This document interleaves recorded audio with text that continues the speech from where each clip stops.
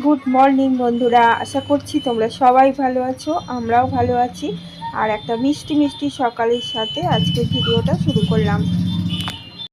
আজকে বৃহস্পতিবার, নিরামিষ রান্না, তাই সমস্ত রকম সবজি দেখো, কুমড়ো, বাঁধাকপি, বেগুন, আলু সব কিছু দিয়ে একটা চচ্চড়ি বসিয়ে দিয়েছি। এদিকে সিম আর বিনস দিয়ে ক্যাপসিকাম, টমেটো, সর্ষে বাটা সব কিছু দিয়ে একটা ঝাল করব। প্রতিদিন সকাল হলেই তো কি রান্না করব সেই চিন্তা। আজকে আবার নিরামিষের দিনে তো আরও চিন্তা বেশি বেড়ে। যদিও এখন শীতের সবজি আছে, এটাই একটা বাঁচোয়া, সব রকম সবজিটা পেয়ে যাচ্ছি, নিরামিষের দিনেও রান্নাটা করে নেওয়া যাচ্ছে। যেমন সবজি আছে তেমন তেলেরও তো খরচ আছে বলো, আর তেলটা খাওয়াও তো শরীরের পক্ষে ভালো নয়। কিন্তু এই সমস্ত সবজিতে আবার তেল না দিলে কোনো টেস্টই লাগবে না, একটু তেল বেশি দিয়ে এইসব রান্নাগুলো করতে হবে। তবু তো আমি অনেক বুঝে তেল দিই কম কম, তাতেই আমার মায়ের ভালো লাগে না খেতে। কারণ আমার মায়ের না খুব তেল হাত, একটু তেল বেশি দিয়ে দিয়ে রান্না করতো। এই সমস্ত শিম পুরো ছাঁকা তেলে ভাজতো, বিনস ছাঁকা তেলে ভাজতো। আমি একদম যেটুকু না দিলে নয়, শুধু সেইটুকু দিয়ে দিলে মায়ের ভালো লাগে না। আর আজকে দেখো এক্সট্রা অনেক কাজ করে নিলাম। ফিরুনিগুলো সাবান দিলাম, ছেলের বোতলগুলো পরিষ্কার করলাম, টেবিল পরিষ্কার করলাম। আজকে বিকালে জানো তো একটা দারুণ জায়গায় যাবো, তোমাদের সাথে শেয়ার করব। আর ডেলি ইউজের জামা প্যান্টগুলো না আমি এই দুটো চুবড়িতে করে এই নিচে টেবিলটার নিচে রেখে দিই। আর প্রতিদিন বার করি, আর সবসময় গোছানোর টাইম হয় না। কি যে অবস্থা হয়ে থাকে, সেইগুলো সব আজকে গোছাবো। তারপর তাড়াতাড়ি কাজ ছেড়ে একটা দারুণ জায়গায় যাব। এই দেখো আমি এসে গেছি চণ্ডীতলায়। চণ্ডী মায়ের সামনে পুজো দিতে এসেছি, তোমাদেরও একটু দর্শন করিয়ে নিলাম। আর মা না ভীষণ জাগ্রত জানো তো। আর একটা সময় না আমি চণ্ডীতলাতে থাকতাম, তখন প্রতি মঙ্গলবার শনিবার মায়ের কাছে দর্শন করতে আসতাম, মাকে পুজো দিতাম। দুর্গা পুজোর সময় মাকে খুব বড় করে পুজো দিতাম কাপড় দিয়ে, খুব ভালো লাগতো। কখনো মন ভালো না থাকলে এখানে এসে বসে থাকতাম। আজকে অনেক দিন পর মায়ের কাছে এলাম। এদিকে কোনো কাজ থাকলেই বেশিরভাগ মায়ের কাছে আসি, কিন্তু মা না আমাকে খুব টানে জানো তো। আর মায়ের কাছে এসে খানিকক্ষণ বসে থাকলে খুব ভালো লাগে, মন চেঞ্জ হয়ে যায় যখন মনটা খুব খারাপ থাকে। আজকে যেমন তোমাদের দাদাভাইকে বললাম চলো ভালো লাগছে না, আজকে বিকালের দিকে একটু চণ্ডীবাড়ি ঘুরে আসি। ছোটোখাটো একটা কাজও ছিল, সেটা সেরে নিলাম। আর মায়ের কাছে এসে অনেকক্ষণ বসেছিলাম, খুব ভালো লাগছিল। পুজোটা হয়ে গেছে, এটাই আমার আসতে একটু দেরি হয়ে গেছে, পুজোটা শেয়ার করা হলো না। নাহলে পুজোটা দেখতেও খুব ভালো লাগে, অনেকক্ষণ ধরে আরতি হয়।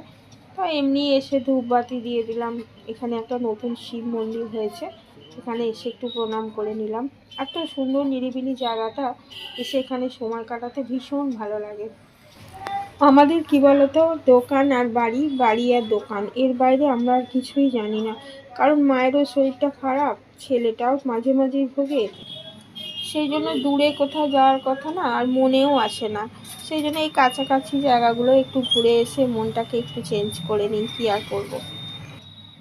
এই সমস্ত জায়গায় গিয়ে না নিরিবিলিতে খানিকক্ষণ বসে থাকলেও মনটা অনেক চেঞ্জ হয়ে যায়। এই সারা দিনের কাজ আর বিজনেস, এই বাড়ির চিন্তা, সব কিছু নিয়ে মাথাটা এমন গোলমালে হয়ে যায়। তার মধ্যে তোমার যদি কিছুটা সময় এরকম নিরিবিলিতে গিয়ে বসি, ভীষণ ভালো লাগে। এখানে পাশেই না হাট বসে জানো তো। এই হাটে ওই যে যায় সোজাসুজি দেখতে পাওয়া যাচ্ছে গেটগুলো, ওই ওপারটাতে হাট বসে। সবজি মাছ এই সমস্ত পাওয়া যায়, মশলা বসে। যাওয়ার সময় দেখি একটু মাছ নিয়ে যাব আর একটু মশলা নিয়ে যাব। এই ঠাকুরের দর্শন তোমাদের যদি কারোর ভালো লেগে থাকে আমাকে জানিও প্লিজ কমেন্ট করে। আমি পরে একদিন তোমাদের সাথে পুরো পুজোটা শেয়ার করব। কি বলতো, ঈশ্বরের স্থানে আসাটা না এত সহজ জিনিস নয়। মা যতক্ষণ না টানবেন ততক্ষণ কিন্তু আমরা সেই জায়গায় আসতে পারবো না। অনেক দিন ধরেই আমি মনে করছি এখানে আসবো, এখানে আসবো, কিন্তু বহুদিন আমি আসতে পারিনি। যাই হোক, অনেক দিন পর মায়ের কাছে আসতে পেরে মনটা ভীষণ ভীষণ ভালো লাগছে, একদম মানে মনটা ফ্রি লাগছে। যাই হোক, এবার ওখান থেকে আমরা বেরিয়ে পড়লাম। তারপরে একবার মাঝে হাটে ঢুকলাম, ঢুকে তারপর বাড়ি চলে এসেছি। আর প্রচুর মশলা কিনে নিয়ে এসেছি, এই সমস্ত মশলাগুলো আমার একদম ছিল না। এইসব মশলাগুলো না আমি দোকান থেকে প্যাকেট মশলাই কিনি, কিন্তু আজকে ইচ্ছা করলো যে হাটে গিয়ে দেখি কীরকম মশলা পাওয়া যায়। সবাই বলে নাকি হাটে খুব ভালো মশলা পাওয়া যায়। তো একবার নিলাম মশলা দেওয়া বড়ি, সব রকম জিরে, ধনে গুঁড়ো, হলুদ, সোয়াবিন সব লুজ কিনলাম আজকে। দেখি একবার খেয়ে কেমন। মৌরি নিয়েছি ছেলের জন্য, 5 ফোড়ন নিয়েছি, কালো জিরে, মুসুর ডালও একটু নিলাম, যে আমরা তো দোকানে মুসুর ডাল খাই। একবার দেখি সব কিছু একটু একটু করে আমি নিলাম। এই দেখো কালো জিরে, খারাপ নয়, তবে কালো জিরেটা বলে দিয়েছে যে একটু রোদ্দুরে দিতে হবে। আর এই দেখো গোটা হলুদ নিয়েছি, এটা আমার লক্ষ্মী পুজোর দিনে লাগে। লক্ষ্মী পুজোয় মাকে যে বাটা দিই তার মধ্যে থালায় সাজিয়ে দিই একটু হলুদ।